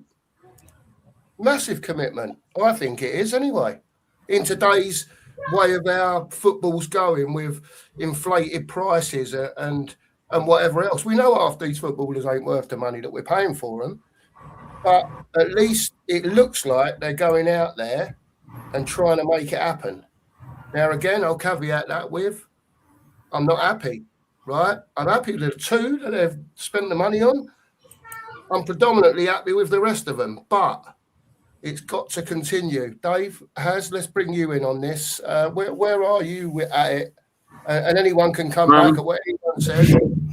Yeah, for me personally, I'm just happy to see some sort of change. I'm very surprised. I mean, you look at the transfer fee we paid for Fernandes even, and I know Tonali's even more. Like, it has really shocked me, and also just how quick we've done the deals. Also, I know there was some like buffering time with like say a week or two with Tonali and Fernandes, but once we, Fernandes chose Spurs, we've done the deal, which is great. But for me, I'm with Alex. We need to sign a new striker. I just don't think we'll sign 2 in one window. Like, I'd rather get say someone like Gakpo, then Krupi, and then someone else, and like an actual striker at that point. So those 3, like Krupi, Gakpo, and then an actual striker. That's what I would do in terms of the front line, because I think Gakpo is great because he's versatile. He can play in like 3 or 4 positions, and he is a goal scorer. I do think he scores quite a few goals, and I think he does. I think he's sellable. Like, he's a sellable asset at Liverpool, so I think he's actually quite attainable if we carry on the way we're going. But we still have a lot of work to do. Like, we're almost like, say, I hate to compare us to Arsenal, but we're probably about 3-4 years behind them. Because now they're at the point where they're just topping up. They're not really going out and signing like a whole rebuild in one window. They're just signing maybe 2 or 3 this summer. They've done their hard work, right? Yes. They've done their work. We're like 3 or 4 years behind them. And at the same time, whilst we pay all this big money to these players, I'm not expecting us to like go. Cause some people will say this, I've seen this online, to like win the league or to like finish the top 3 in like one season. That's like really unfair to think that way. It will take a while for this new team or whatever we're creating to gel, and for De Zerbi to like instill his ideals into the squad. But so far so good. But I'm with you. Like, we're just gonna have to see how it goes over the next few years, whether they've completely changed. I'm just happy to see something different. And the fact we've done these all before July, like the 10th or whatever it is, when they come for pre-season, is quite incredible. But yeah, we'll just see how it goes, really. But maybe these protests made a difference. I don't know. We'll see, I guess. Yeah. Fair play, Has. Dave, what are your thoughts on it, mate? And where we can go with this? Where you're hoping it will go? Where you think it will go? I think we need 2 wingers and 2 forwards. Personally, I think you need minimum 1 of each minimum. I'd say. Yeah, 1 of each minimum. So definitely need a left-sided player, and we need a backup for Kudus. So, and personally, I think we need a couple of forwards, because I think personally Lancashire is going to get loaned out again. He'll get loaned out. Richie will be sold. I'm adamant of that. He's in his last juniors contract. They're going to want to get a little something for him. So your only outlet is going to be Solanke. He's not ideal moving forward with all these great midfielders and stuff we've just signed, and having a fit Madders back. Do you know what I mean? He's not the ideal top guy. So I've been saying it. I've been saying it for weeks now. I think we just need someone who puts the ball in the back of the net, and that guy for me is Guirassy from Dortmund. That guy just knows where the back of the net is. Do you know what I mean? He got 17 last season in 33 games for Dortmund in the Bundesliga. Don't know what else he got in the Cups and Champions League and stuff, but he's very prolific and has been over his career. He's peaked very late, in my opinion. He's 30 now, which I find it harder us going to get him because there's no sell-on value there. And that's the reason why we haven't bought Paulinho. We've opted out of that one because he's got no sell-on value. But if you want just pure goals, he's your guy. Do you know what I mean? He's done it everywhere he's gone to, pretty much. I think we're going to get Savinho. I really think we are.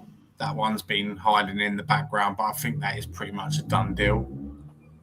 Maybe looking to see if they can get something better than Savinho or better than what his output shows for the same sort of money, maybe, Dave, or a little bit more. Who knows?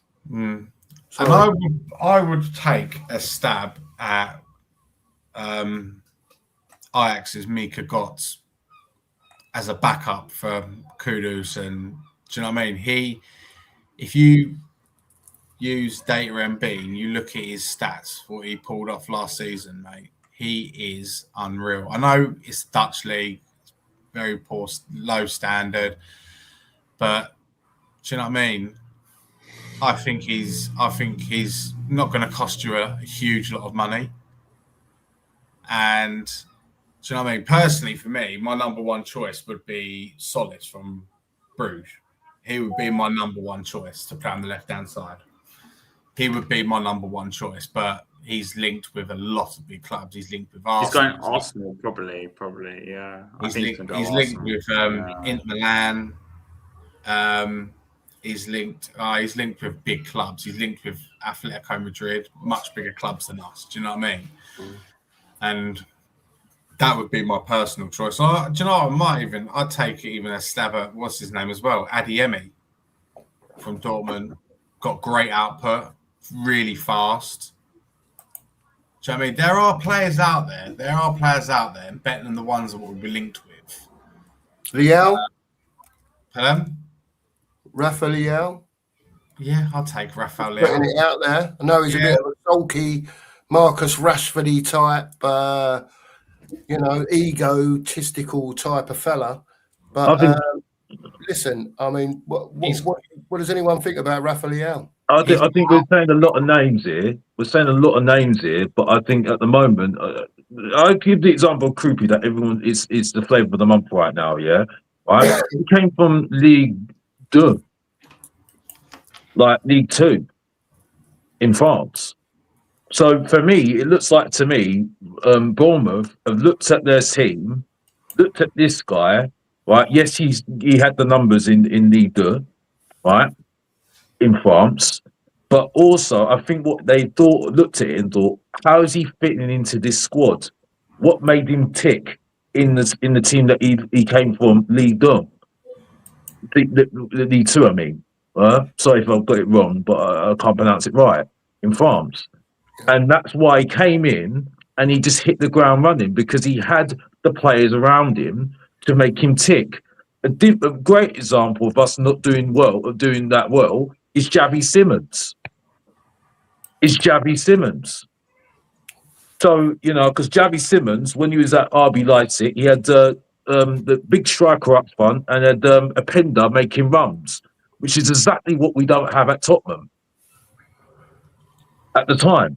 So for me, at the moment, are we just going to look at people like these players right now because they're great players, or are we actually looking at these players and thinking, okay, good player, but how do they fit in this squad right now? How do they fit in the first team right now? If they're coming in, right, how are they going to hit the ground running straight away?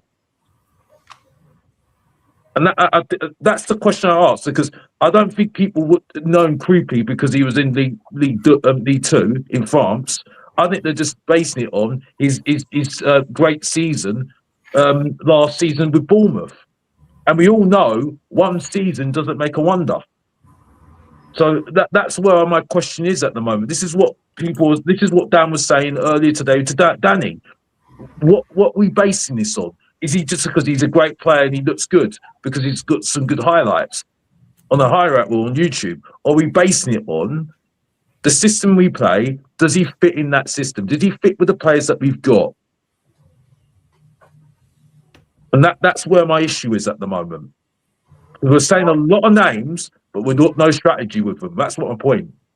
Interesting, Alex. Interesting. I will have to. Alex, let me ask you then, Alex.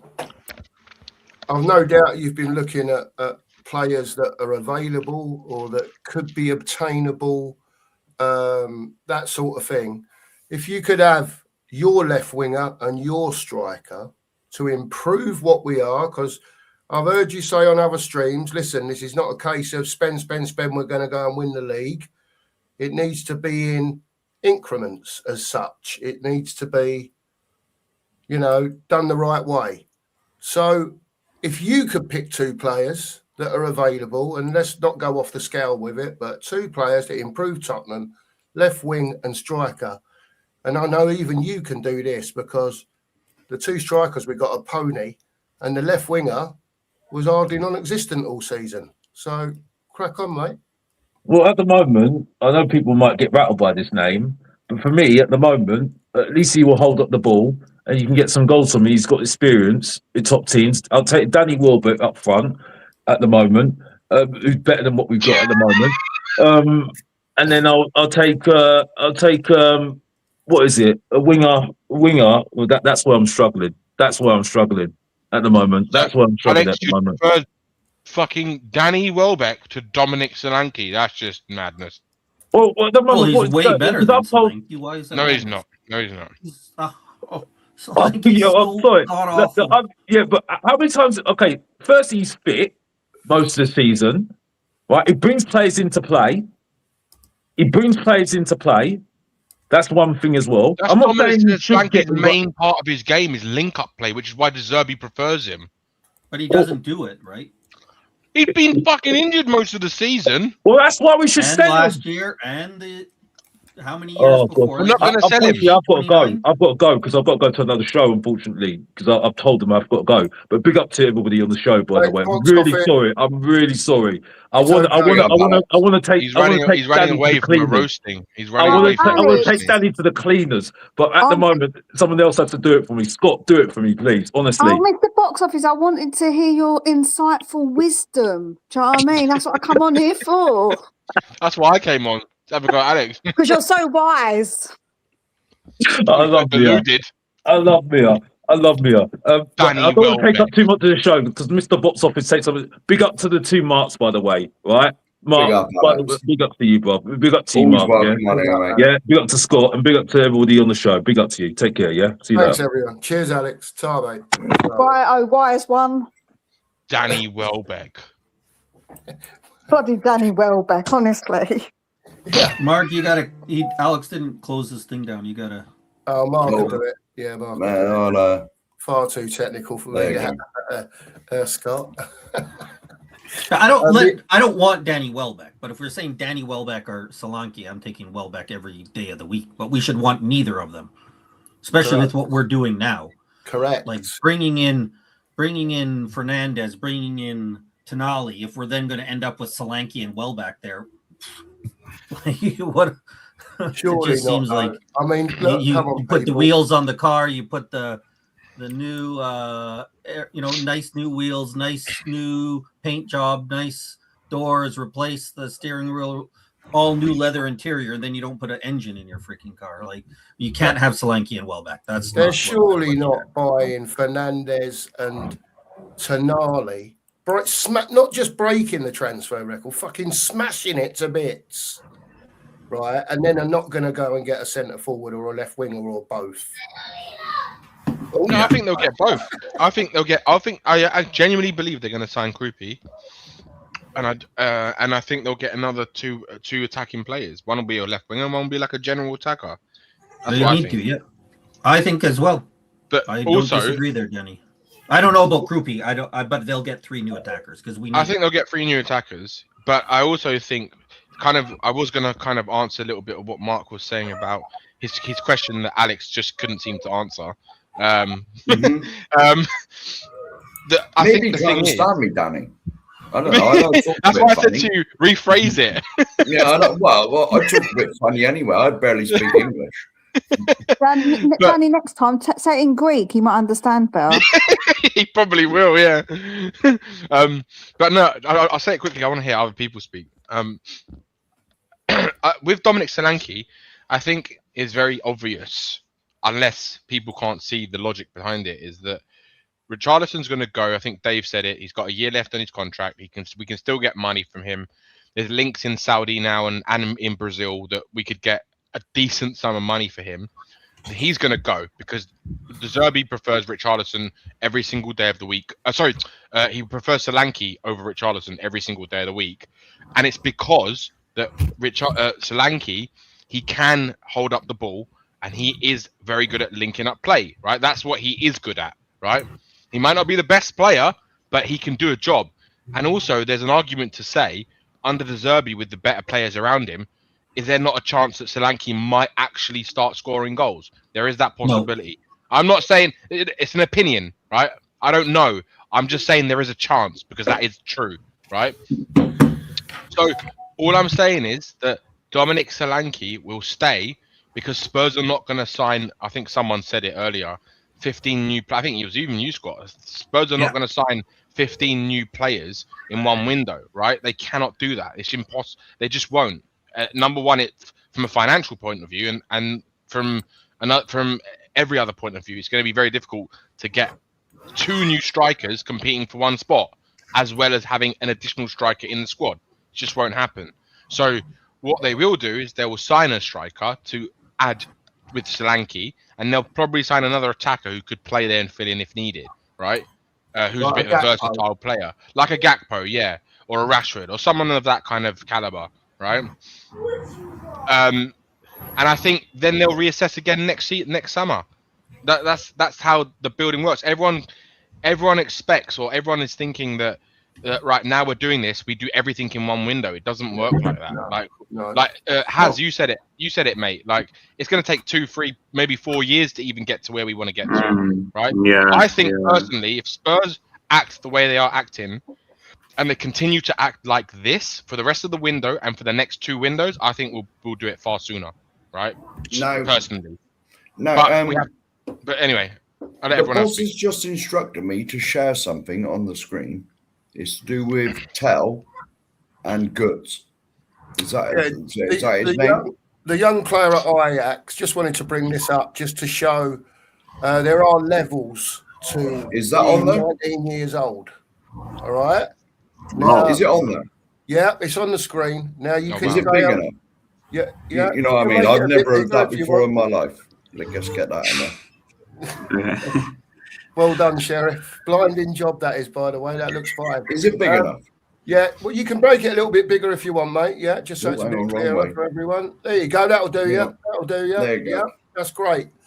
Now I'll bring Dave in on this because I know that Dave is a bit of an advocate for this young lad that's at Ajax, and I know we're going down the route again of young and we want experience and all that, and I get it, right? But I wanted this to be brought up because this shows you the level of output that a player can give you in a game that's playing in basically the same position as what Matisse Tell played last year. In the red, I believe, is Matisse Tell. It is. And in blue is Mika Götze, a 19-year-old winger at Ajax. Now, yeah, he's at Ajax. He's in the Ezra Verdi, whatever you want to call it, and Tell was playing in the Premier League. I get that. But when you look at that, right, and the difference to the key passes, to the assists, even, I can't read that one down there, the one that's on the left-hand side, just below centre. Can't see it. Whatever it is. The non-penalty goals. Right, Non-penalty goals. The one just above that on the left-hand side, whatever that one is. Where NPXG whatever that plus is. XA. I don't know what the hell that stands for. It's XA. Danny. Is that Greek, Danny? What's that? Is it Greek? That NPXG plus XA. It looks GA? great. That's like non-penalty goals and assisted expected. Right. Okay. Yeah. Non-penalty goals and assists. That's fine. Anyway, all that. Anyway, let's just say, apart from crossing the ball, Yes. right? Obviously, which is a key thing for a winger, depending on how he's played, right? This shows you the level of what £40 million can buy you if you go looking for it. I don't know what you guys think, but to have that much don't rate output more, but to have that much more output, right, it's not just a little bit, it's a lot.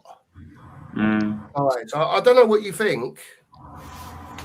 I think if you said we're going to replace that guy with Tell with that guy, I'm all for I don't it. rate Tell, This so guy for me, coming this is in not from surprising. the Dutch league to be our number one guy, no. But if you said we're going to bring in Liao or whoever, or Gakpo, and then this guy's going to play behind him and we're going to sell Tell every day of the week, because Tell should have no spot at our club. He is. I'm just going to remind people, just quickly, that De Zerbi himself wanted Tell for Marseille in January. He tried to sign him. So I'm just letting you know that Tell's not going anywhere anytime soon, because I'll be honest with you, there's a player in Tell, and I think with the right coaching, I think De Zerbi can turn him into an absolute player. I really believe that. Oh, fuck. I hope not. That is terrifying to hear. That is so terrifying to hear. That's the first time I've ever heard you swear, Scott. I've got to say, Scott, I've so got to terrifying say, to hear. if by some miracle, right, and I've got to say it'd be a bit of a miracle, but if by some miracle Roberto De Zerbi gets Tell doing what he wants a winger to do, like for him, if he does the job for De Zerbi, right, and it turns out that he turns him into a different player, uses him however he's going to use him, but it works, are you then going to say, well, fuck me, this has got to be some manager, this geezer? I guess I've said it all along. I just want players that we don't have to say maybe they can get this, maybe they can do this. Like, let's just bring in players that can do it, that don't need a miracle from De Zerbi. That's what I would rather. Yeah. I get that, Scott. I get it. Because if he can do that with a no the talent thing is, like right? Tell, what could he do with a real talent? Yeah, which is why we're buying real talents as well. But you need to have an element of one or two youngsters in the squad, because you need rotation, right? The idea of building a squad in the modern day football, in my opinion, is that you have a squad full of talented senior pros with a few youngsters in there who come on and they learn from the players around them, but they also learn when they're playing and coming on from the bench. Someone like Tell is an effective player to have coming off the bench, because he's shown it last season. And you might not disagree. You might disagree. Look at the stats. Joe, I watched it last year. I didn't games. see a single game. He affected games. Joe, I would say as well, Scott, saying that he needs some miracle from De Zerbi, I think that's what a coach is supposed to do, coach them to be better. I don't think it's about miracles. It's about the fact that that's what he's paid the big bucks, right? He's supposed to get the team in to play a certain way, and he's supposed to coach them to be better. So I don't think it's really about miracles. Like that any player can be improved, and that isn't a miracle. That means that they're being coached well, right? But there has to be something there to coach. And what I've said is I don't see. Danny does see something. Some people do. I don't see anything in Tell to coach, right? Because you can't just say any player is going to be coached, or else we don't need to sign good players. We'll just coach them up. So for me, I don't see the qualities in Tell to coach up. That goal he scored against Leeds, would you not say that's a quality goal? But that's one goal, Danny. Lots of players have. But he does that. Goals, right? He does that, Scott, for the under-21 France team all the time. Those type of goals. Now, is that not because? Is that not in the games I watched? But could you not say then Well, the games I've seen, he's got a lot of fucking goals, class goals, right? Could you not then say that maybe it's just because he's only 19 years old and he's got some growing up to do and he needs a proper coach to coach him, and also he shouldn't be relied upon, because the amount of times I've said this last season, Tell should never have been a starting winger for Spurs. Never. That should never have happened. Right? He should have never been a bench that's why player the hyperfixation on Tell is there from the Spurs fan base. Is because he was the option. He was the only option. If he was a player who's coming off the bench, he never would have had this and got the numbers that he got from coming off the bench. People would be saying like, "Oh wow, do you know what? He's a good youngster. He's got 4 goals, 4 assists or 3 assists, whatever it was, for a 19-year-old who's a bit part player." People be fucking teaming at the mouth for that. So there's context to it, right? In my opinion, that's just me. I've seen him play. I didn't watch. I watched the knockout games. I didn't watch all the group stage games of the French and under-21. In the knockout games that he played, he was invisible. So he might be better in the group stage. I'm not saying I watch every single France U21 game, but I watched the knockout games that year and he was invisible. Maybe there's something. Hey, he can show it. I think it's more than him just being a starter. But can I ask you, what is it then do you think De Zerbi sees in him if De Zerbi wants to keep him? I don't know, because I haven't heard De Zerbi talking about him. There was something that came out, I think. He said something about I haven't heard it, Danny, so I can't comment on what De Zerbi sees in him. I don't. Okay, if that's the case, what do you think he would see in him? Why was it that he tried to sign him for Marseille, and now he wants to keep him for Spurs? That he's a young player and maybe he can develop. That's a possibility, right? People can have different evaluations, and again, De Zerbi can also be wrong, right? Of course. So that's all. I'm just saying, for me, I haven't seen anything that makes me want to say Mathys Tel should be at the club next year. I don't think he should be a player coming off the bench. I think if anything, if you see something in him, the same thing I said about Gray, why wouldn't we send him out to go play 35 plus games somewhere, develop his skills, and then come back? Isn't he the kind, if you see something in him, let him develop that. I don't know how much he's going to develop coming off the bench. Yeah, Dave? Well, you see, just going back with what we were just talking about a second ago, Tell and Gotts, right? Tell, last season, 31 matches. This is Premier League. 31 matches, 4 goals, 1 assist. Mika Gotts for Ajax, 34 matches, 17 goals, 13 assists. That to me tells me, I know he's young, but that tells me he's a young with an adult's brain. That is the Dutch league, though, with all due respect, Dave. Yeah, I get that. You've got to compensate a lot of that with the leagues are just, do you know what I mean? They're completely different. But I've not seen anything from Mathys Tel to say that he is going to help this team progress and move up further in the table. I've just not seen anything. He's scored a couple of really good, brilliant goals, important goals and stuff like that. But he, to me, hasn't got a good footballing brain. Not a ready-made player footballing brain, because the last game of the season, if you remember rightly, he was run down the left and he got Everton's right back booked within the first 8-9 minutes.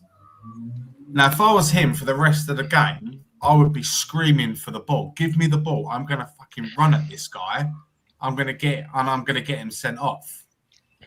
But he just kept getting the ball, pass it backwards to Spence, pass it backwards. Do you know what I mean? I was sitting at the TV screen, screaming, run at him. He's a red card. He's one tackle away from a red card. Run at him. And that's where I think he hasn't got the footballing IQ. And and other than that, his output is very bad. To be honest as well, Dave, he's just not ready. I don't think he is. But it's like I said though, it's not his fault, is it? He's been. It's not his fault. He's only He's what been 19 thrown or in whatever he is. he's But thrown in like the shark. the way we're moving these days and the amount of wedge we're spending, we want players for now. Yeah, and Been that's one of my arguments since we started the channel. We need players for now, not 5 years' time. I might be dead then. the thing is, that's what my concern with Savinho is, because he's not a now. I don't think he is ready now either. And I think that Tell's output's actually better than Savinho's last season. I know he didn't get to play a lot, and the season before, obviously, he was a lot better. But I do think that he's not ready. That's why I wouldn't go for someone like him. I would rather spend the money on someone a bit better, a bit like more experienced, and keep Tell as somebody who can learn, because I do think he has got something there to learn. I do see it. So I think that that's a better way of doing it than to get two youngsters to rely on. Fair play. Yeah, I agree with that. Everyone's opinions are different. I agree with Mia. I don't really want Savinho, if I'm being honest. He's not on my left winger priorities. Leao, after last night, everyone's going to say, let's get Leao. But like, I don't know.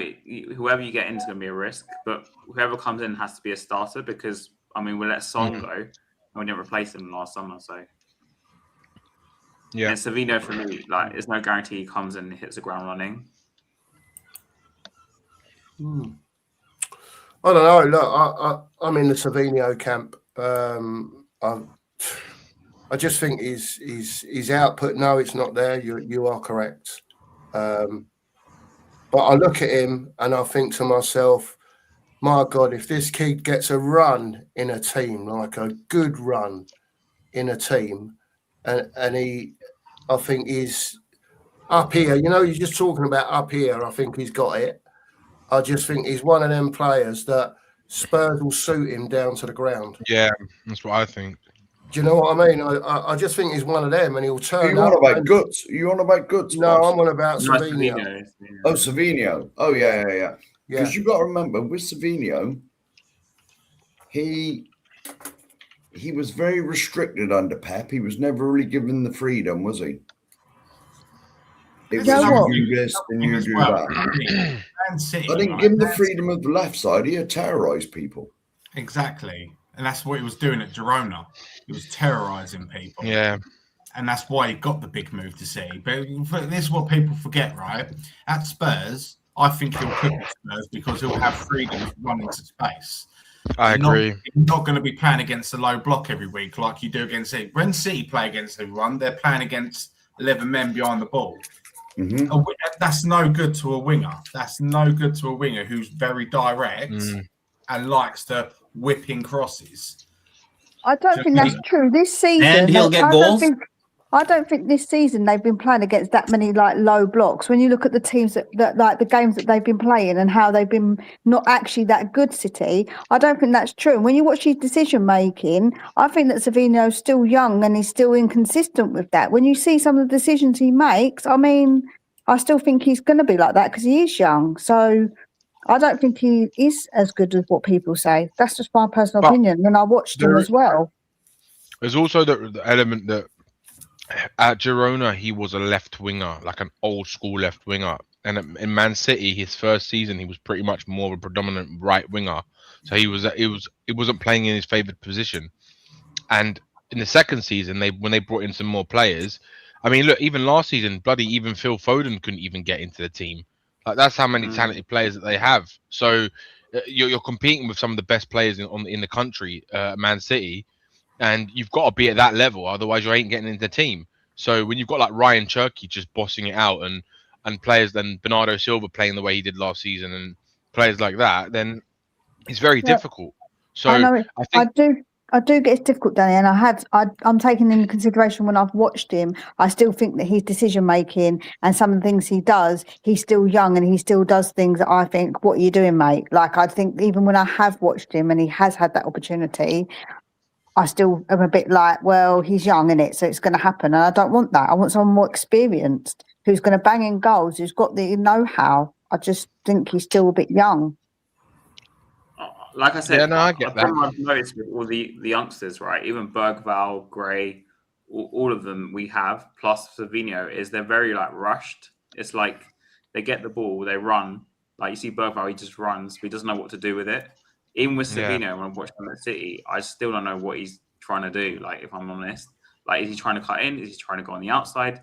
Is he trying to cross the ball in? Because his numbers don't match either at City. Like, his production was really poor. And the thing is, City had him like a backup, sort of like where we want to have Tell.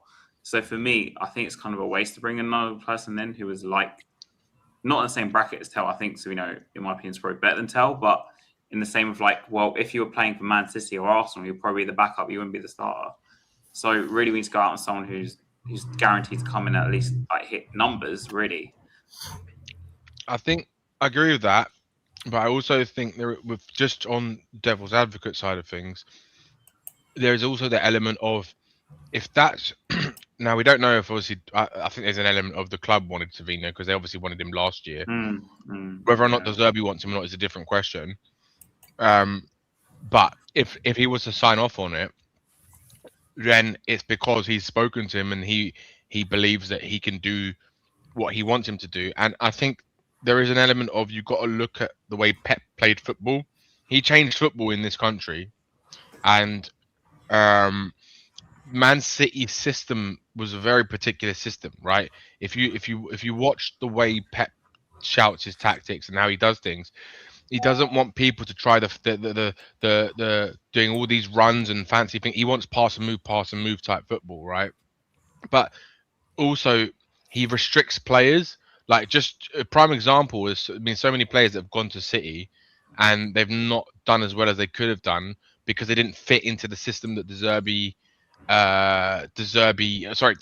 Pep Guardiola set out for his team. So there is that other side of it where maybe Man City was just not the right club for him, and maybe De Zerbi is the right type of manager for him, and will play the way that will suit his game, which will then allow him to really show what he's capable of and kind of the levels that he was showing at Girona. My concern is, though, even if he does that, Danny, do you think he'll still, like, I think Savinho has a lot of talent. I think even at his best, is he going to provide a lot of goals from the wing? And if we kind of think like we're not getting, maybe Krupi can, but we're probably not getting a prolific goal scorer at striker, and Kudos isn't a prolific goal scorer on the right. Like I said the other day on Dan Show, if we had Kane and Son, like Savinho with them is great, right? Because those guys are prolific goal scorers. I just concerned that I think Savinho is a great player. I think even at his best, if you say, I agree, he'll fit in better here. He will have more space. My concern with him, and it's not anything against him, is even at his best, does he fit with the front line that we're doing? How are we going to get goals with him and Kudos as our wingers? Even if he does do like as well as you do, and maybe you say we worry about that after, because if you get a talent, it's a talent. But that's my concern with Savinho. I also agree with Savinho. Like, I would love to see him come in, but I wouldn't like to see him come in as our main first option. Because I do think we need someone, and to be honest with you, I do also believe that Spurs want someone better, which is the reason why we haven't signed him yet. I think personally, I think with Savinho, they're still short on the valuation, but I think that if Tottenham want the deal done, they'll agree in the middle of what Tottenham value him at and what City value him at, and the deal will get done very quickly. But I do think that Spurs are leaving that on the back burner because they know they can pull that trigger if they need to. But I think they're trying to get someone who's a more prolific winger who can score goals. That's what I think their target is, that and a striker first. That makes a lot of sense. I agree. Yeah, they know they can get that deal done, right? City wants to move him on. He's willing to come. It's a deal that they know. I think if they really wanted him, they would have put what City wanted, like as we've seen with Fernandez and Tonali. They would have just put the money down. But I think you're right. I think what else they can get. They know Savinho's an option, and they can get that deal done if that's who they want. I agree with you there. And there is a chance that Spurs get two attackers, and then they feel, do you know what, we'll bring Savinho in anyway, right? So there is that also the possibility. But I think we'll only see Savinho at Spurs if Spurs don't get their priority targets, and I think they have more priorities than Savinho, in my honest opinion, in the striker department and in the left wing department or attacker department, whatever you want to call it. Well, so that leads us onto the last segment of the show, where we can talk about attackers, because there are certain people in the YouTube world that would like, at some stage, I know we're talking about now, but at some stage, see Sir Harold Kane come back to finish this team off. Now, I'm not saying now. I'm saying maybe 2 years' time. Let the squad be built. Yeah. Let the first team be, nearly there. We'd won the league twice by now. All of a sudden, Sir Harold turns up with his sword etched across his shoulder and neck. I am here for you, Spurs. I am here to win things, to prove wrong to those people. And we will. You said 2 years, mate. You said 2 years. Yeah. Right? Sorry about that. I got carried away there, people. You know what it's like. We would have won the league twice by then, mate. You know, you're going to think I'm crazy, but Barcelona have been linked with him. I think we should go for it now. I think we should go for it now. I know it sounds mad, but what are you saying? What are you saying? 150 and 400k a week, Harry? Come on, son. Just give it. Just try it now. I know it sounds mad because we'll get Tonali, Fernandez, and a few others, and just try and sell it to him. I know it sounds mad, but if Barcelona think he's gettable, bearing in mind his age as well. We should at least try. I'm not saying it's going to happen, but we should at least give it a go. And you got to remember as well, if Harry's on the market, right, we have first options on him. So I believe that was written in his deal. If he was going to be sold to another team and they have a bid agreed with Bayern Munich, if we match that bid, he's coming home. I believe that was in his deal when we sold him. He's only coming home if he wants to, though. That's his choice still. Exactly. I think if the setup's right at Spurs, no Levy there no more.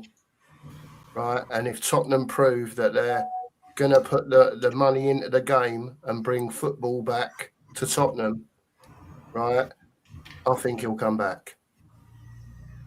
I honestly do. I think he'll come back. Have you guys heard about Ange Postecoglou? Sorry. Yeah, someone put it in the chat and I didn't know whether to believe it or not. I bet Ronaldo's happy. I feel bad for those Saudi fans that have to watch that football. That is high line, mate. How's Ronaldo going to survive in the high line? He ain't got a chance, bro. Especially in that heat, mate. He ain't got a chance. Ronaldo ain't got a chance. He'll be collapsed by the first. Is that Ronaldo's manager, is it? Yeah. Yeah. Oh, my big hand. Oh my days. What's the betting Ronaldo gets a move before the window's shut? Oh my word. Oh, Ronaldo ain't moving anyway. He's getting paid too much money. Oh, of course he is. Of course he is. Was he on £1 million a week or some shit like that? He's on. I don't know what he's on, Dan. It's telephone numbers, isn't it, mate? At the end of the day, is it a million a week or something? Isn't he on or something? Something stupid like that. That's not the only part. The only part of the deal he gets. He gets a huge percentage. Where he gets about 75% of his shirt sales. He gets. What else does he get? They've handed him free shares into the club's net worth just to get him to sign an extension. It's absolutely mental. It's the highest paid football player in the world, and it's not even close. Why hasn't he sent in a super chat then to us? I'm just asking. Fucking tight ass. Yeah. You money. Selfish prick. Yeah.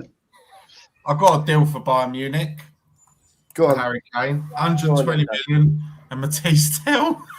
You said I knew you were going to say that. Oh dear. Well, you're gonna stick a no return sticker on him as well. Yeah. No, I must admit, I'm harsh on Tell, but Well, he's not good enough, Dave. nah, he's Can not we good. offer them Romero? Can we offer them Romero? Oh, don't. No, hang on, you're dicing Oh, with you're fire. doing it. I Alex. forgot about Mia was on here now. I'm not supposed Yeah, to go. you're dicing with fire. Oh, sorry, Mia. You are playing Dave, with have a fire. word with Alex. yourself. You can't say things like that when Mia's on. All right. Yeah, Have you guys heard that Arsenal apparently, and it's off topic, but they're in talks with Morgan Rogers, and obviously they're still in talks with Newcastle for Bruno Guimaraes, but apparently Odegaard's going to leave, and they're going to. It looks like Galatasaray might take him, and apparently they've already agreed a contract with him. Yeah, to Galatasaray. Potentially. So they'll bring in Morgan Rogers as the number 10, and then they'll bring in potentially Bruno Guimaraes as the next midfielder as well. Fucking hell, that's gonna be nuts. Now, is this pounds, Rick C? Is this pounds? 500 a minute. Yeah, well, it will be. I would imagine pound. Yeah. Jesus Christ! I think I'm in the wrong job. I don't know what to say. Really, 500 quid a minute. Jesus. We've been going 2 hours, mate. That's Lord knows. Yeah, we're going to wrap up now, Sheriff. I'm just going to, hand over to you for the final section. I didn't know if you wanted to say. No, mate. Oh, no? Do you know who's on, mate? Is there anyone we can redirect you? I love that this new sheriff is all up for the redirects. He's like, let me just redirect. Techno man over there. Hang on a Well, sec. I'm head of technology. I'd go watch the Australia game anyway. I'm just looking, Sheriff. Hold on. Marmouche playing. I'm looking. I'll tell you what. Who's on? The only person that because I'm not subscribed to everyone, but I don't know if you've got Jess. You know JSY, Jess. Oh yeah, JSY football. If everyone wants to go over there, they're doing a commentary on a game over there. She's the only person that I could suggest. You know what I'm going to do when I've got my redirects? If I get to that point, I can redirect. I'm going to redirect someone really random and then put a really random hashtag to say that I've redirected to them and completely baffle them. There you go. That's my aim. There you go. See, we've all got an aim in life. I'm just trying to. Yes. Hang on, I've got press. We can leave it to you, Sheriff. Do you know what I mean? Hang on a minute, I ain't done it yet. I mean, if you want to pick anyone in particular, that was right. No. You shout at me, Sheriff. By the way, I won't shout at you, mate. Oh, it's all right, just, mate. All right. He's under pressure. I blame Sheriff always. Listen, I'm gonna keep talking because I can see Sheriff typing and looking. No, I can't find. You can't find anyone. Look. JSY talks football. Can I just ask you guys before you go, like final thing, who do you think by the end of the window, which players do you think we're going to have signed? Each one of you. I've got a feeling. Two, 3 players, and then the names. Whoever it is, 2 or 3 players, and then the name. Krupi and Savinho, I'm going with. Who? Krupi from Bournemouth and Savinho. Yep. Okay. But apparently, I'm just reading on X now. Apparently, Jorge Mendes, which is Rafael Leao's agent, yeah, he's offered Leao to Spurs again for the second time. Yeah, yeah. He's offered him, which means Leao is obviously interested in joining Spurs. So just on that one, I have heard some stuff about what's his name, Leao. And originally, he's very low on the shortlist at Spurs, but there's a possibility that De Zerbi now wants to have a chat with him to see if they fit. Alone, maybe. Did you guys watch him last night for Portugal at all? He was unreal last night for Portugal. He was, but he is a.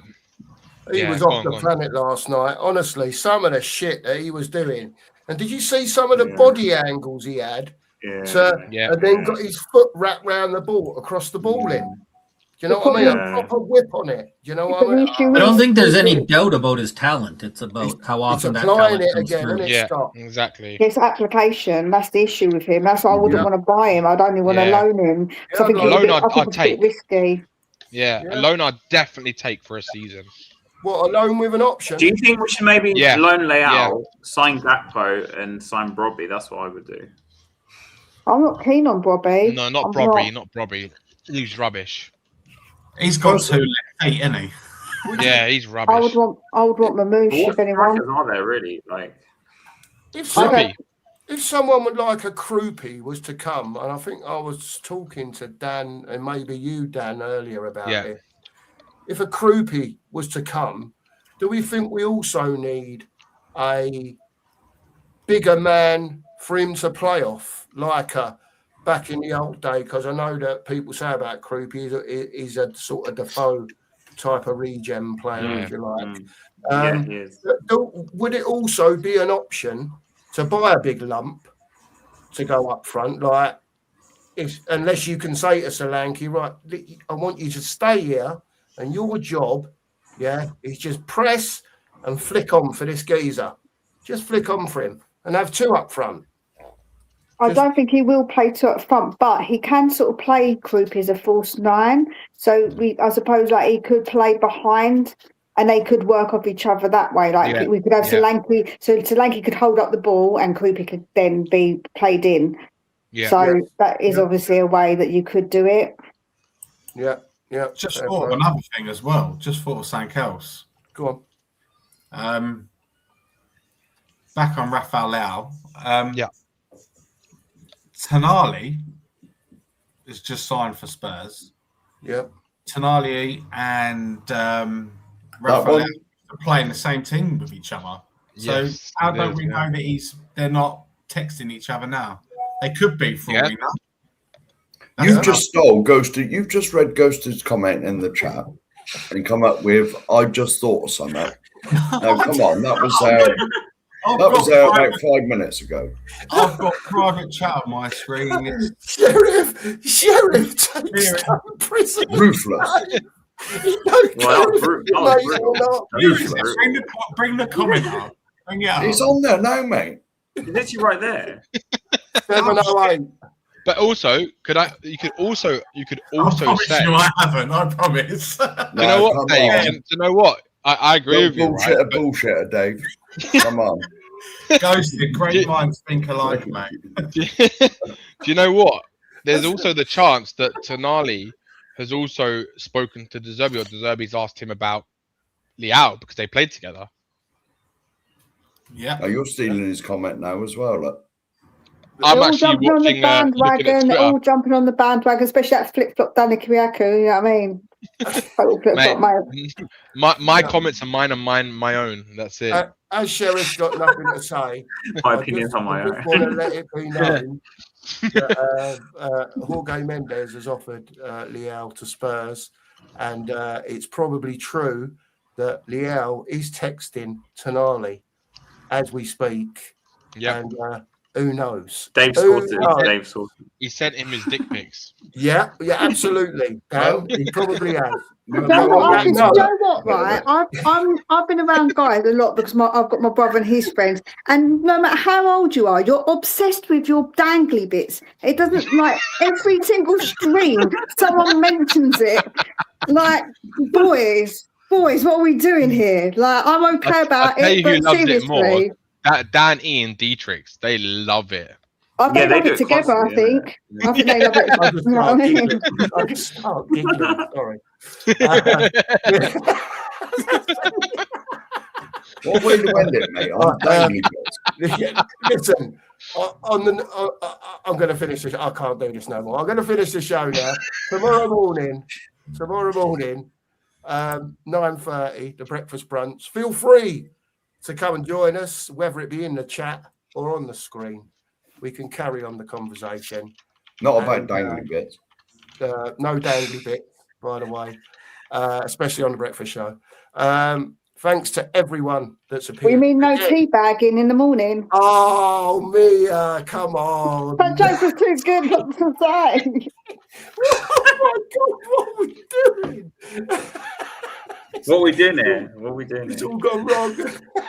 On that note, all I've got left to say is see you in the morning. Like, subscribe, and come on, you Spurs.